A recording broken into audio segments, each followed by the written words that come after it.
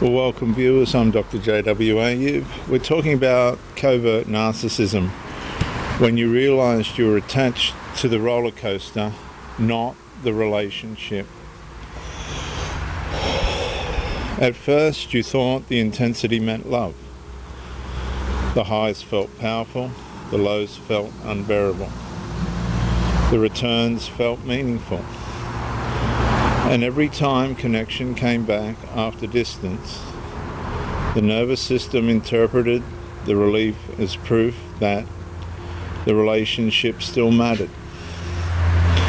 But slowly something more disturbing began resurfacing.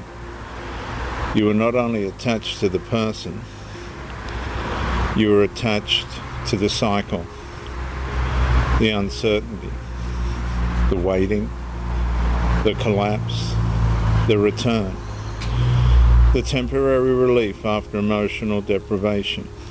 That is where covert narcissistic conditioning becomes psychologically dangerous. Because instability eventually starts feeling emotionally alive. Peace begins feeling flat. Calm begins feeling unfamiliar. Consistency begins feeling almost suspicious. And love should not make emotional chaos feel more familiar than peace, viewers. But eventually, in a covert narcissistic relationship, it can. Especially when repeated cycles of withdrawal, intermittent warmth, emotional starvation, hope restoration, confusion, relief, and re-engagement train the nervous system to experience unpredictably as attachment. That is the captivity. The person may say they want peace, but the nervous system keeps responding to intensity. A quiet connection may feel boring. A stable person may feel emotionally distant.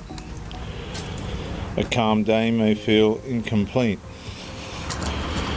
Not because peace is wrong, because the trauma bond trained the body to recognize emotional spikes as connection. And that is the deception. The relationship stops being elevated by health. It starts being elevated by stimulation. Did they return? Did the warmth come back? Did the panic stop? Did the relief arrive? And slowly the nervous system begins craving the emotional rescue more than the reality of the relationship itself. And that is why limbo becomes so difficult.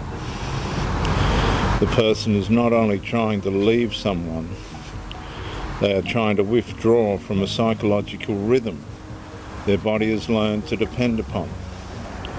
Pain, hope, distance, relief, return, collapse, repeat. And somewhere inside that rhythm, emotional suffering begins disguising itself as depth. And viewers, love should not make your nervous system mistake instability for intimacy. But eventually, in a relationship with a covert narcissist, it does. And the catastrophic recognition is this, viewers. The roller coaster was not evidence of passion. It was evidence of conditioning. The highs only felt so powerful because the lows had become so painful. The relief only felt so intimate because of the deprivation had become so severe. And the return only felt like love because the nervous system had been starved long enough to worship temporary warmth. And that is not connection. That is emotional dependency structured around instability.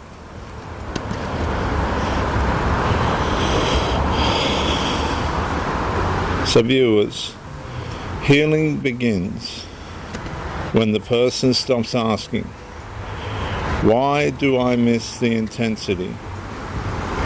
And starts asking, what part of me was trained to confuse emotional activation with love?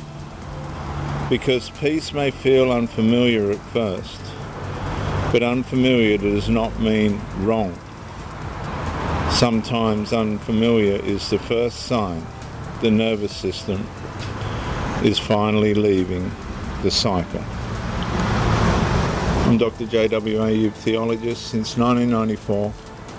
Like, subscribe, comment to educate me, and share the video to help somebody else. Bye for now.